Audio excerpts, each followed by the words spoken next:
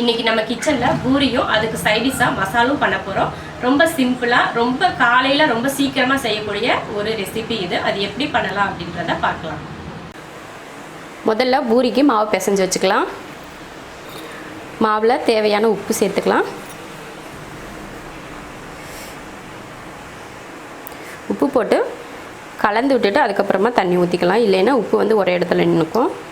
இது வந்து லைட்டாக சூடு பண்ண தண்ணி, வெது வெதுப்பாக சூடாக இருக்குது, அது ஊற்றி தான் பிணைய போகிறோம். பச்சை தண்ணி ஊற்றி பிசைஞ்சோன்னா பிசைகிறதுக்கு கொஞ்சம் கஷ்டமாக இருக்கும். அதுக்காக தான் சுடு தண்ணி லைட்டாக சூடு பண்ணி பிசைகிறேன். கொஞ்சம் கொஞ்சமாக தண்ணி ஊற்றி பிசைஞ்சிக்கலாம். அதிகமாக தண்ணி ஊற்றிடக்கூடாது. கம்மியாக தண்ணி ஊற்றி பிசைஞ்சிட்டு அப்புறமா தண்ணி ஊற்றணும் பார்த்துட்டு.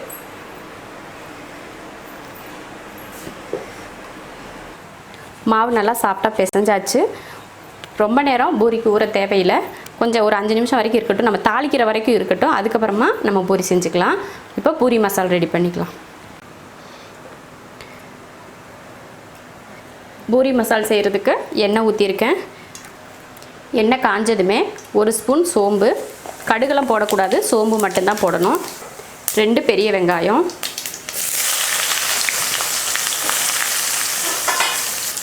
ஒரு 5 பச்சை மிளகாய், ஒரு 5 பூண்டு பல் நீல வாக்கில் கட் பண்ணி எடுத்து வச்சுருக்கேன், அதையும் சேர்த்துக்கலாம். கொஞ்சம் கருவேப்பிலை.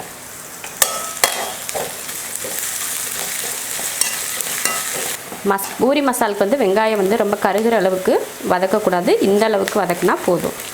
அடுத்து தக்காளி சேர்த்துக்கலாம். 2 தக்காளி, பெரிய தக்காளியாக இருக்கிறதுனால 2, சின்னதாக இருந்தால் ஒரு 3 சேர்த்துக்கலாம். தக்காளி போட்டு நல்லா வதங்கிடுச்சு தக்காளி.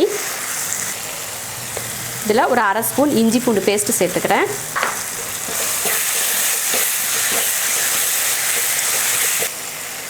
கொஞ்சம் மஞ்சள்தூள்.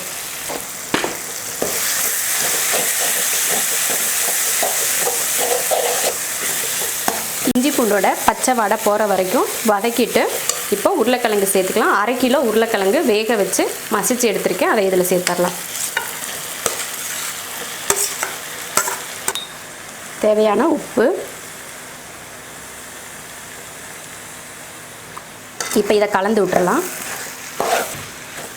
உருளைக்கிழங்குல அந்த மசாலா நல்லா கலந்துற அளவுக்கு கலக்கி விட்டுக்கலாம். இப்போ கொஞ்சம் தண்ணி சேர்த்துக்கலாம். அதிகம் வேணால் கொஞ்சமாக ஒரு 1/2 கிளாஸ் அளவுக்கு சேர்த்துக்கலாம்.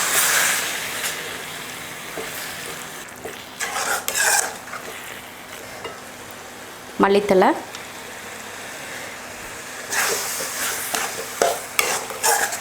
அவ்வளோதான். மசாலா ரெடி ஆயிடுச்சு. அடுத்து பூரி போட்டுக்கலாம். பூரிக்கு வந்து மாவு ரொம்ப நேரம் ஊறக்கூடாது. ரொம்ப நேரம் ஊறிச்சுன்னா எண்ணெய் குடிக்கும். அதனால் கம்மியான டைம் ஊறினாலே போதும். சப்பாத்தி போடுறதுல 2-3 கூட பூரி செய்யலாம். அந்தளவுக்கு எடுத்துக்கோங்க.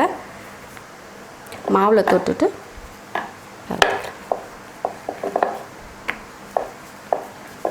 இது போல் பூரிக்கு உருட்டி எடுத்து வச்சுக்கலாம்.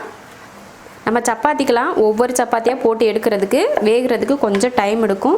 நம்ம பூரி வந்து எண்ணெயில் பொரித்து எடுக்கிறதுனால மொத்தமாக உருட்டி வச்சுட்டு டக்கு டக்குன்னு போட்டு எடுக்கிறதுக்கு ஈஸியாக இருக்கும். ஒவ்வொரு பூரியாக போட்டுட்டு இருந்தோன்னா எண்ணெய் காஞ்சு ரொம்ப நேரம் புகை வர ஆரம்பிச்சிடும். அதனால் இந்த மாதிரி பூரியெல்லாம் உருட்டி எடுத்து வச்சுட்டு அதுக்கப்புறம் எண்ணெயில் பொரித்து எடுக்கணும்.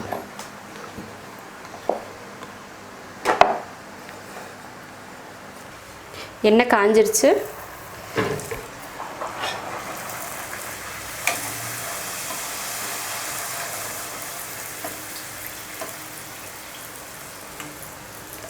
எண்ணெய் நல்லா காஞ்சதுக்கப்புறம் பூரி போட்டால் தான் இந்த மாதிரி எலும்பி வரும். இல்லைன்னா சப்பையாகவே இருக்கும்.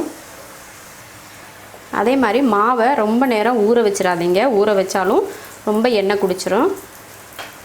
அவ்வளோதான், எடுத்துடலாம். மேலே பார்த்தீங்கன்னா லைட்டாக இந்த ப்ரௌன் கலராக வந்துச்சுன்னா வெந்துடும். ஆனால் எடுத்துடலாம். பூரியும் பூரி மசாலும் ரெடி ஆயிடுச்சு. ரொம்ப ஈஸியாக செய்யக்கூடியது. நீங்களும் இது போல் செஞ்சு பாருங்கள். பிடிச்சிருந்தா லைக் பண்ணுங்கள். மற்றவங்களும் பார்க்கணுன்னு நினச்சிங்கன்னா ஷேர் பண்ணுங்கள். மறக்காமல் நம்ம ஷெரின்ஸ் கிச்சன் சேனலுக்கு சப்ஸ்கிரைப் பண்ணிவிட்டு பக்கத்தில் இருக்க பெல் பட்டனை ப்ரெஸ் பண்ணுங்கள்.